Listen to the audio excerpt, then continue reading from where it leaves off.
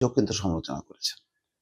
শামসুজ্জামান দুদু এবং বরকতুল্লাহ বুলু, তাদের দুইজনের বক্তব্যকে ঘিরে এখানে খবরে বলা হচ্ছে বিএনপির ভাইস চেয়ারম্যান শামসুজ্জামান দুদু এবং বরকতুল্লাহ বুলুকে সতর্ক নোটিশ দিয়েছে বিএনপি। বৃহস্পতিবার রাতে বিএনপির কেন্দ্রীয় দপ্তর থেকে এই দুই নেতাকে নোটিশ দেওয়া হয়। বরকতুল্লাহ বুলু এবং শামসুজ্জামান দুদুর সাম্প্রতিক দুটি বক্তব্য নিয়ে এই সতর্ক নোটিশ দেওয়া হয় বলে বিএনপি সূত্র নিশ্চিত করেছে।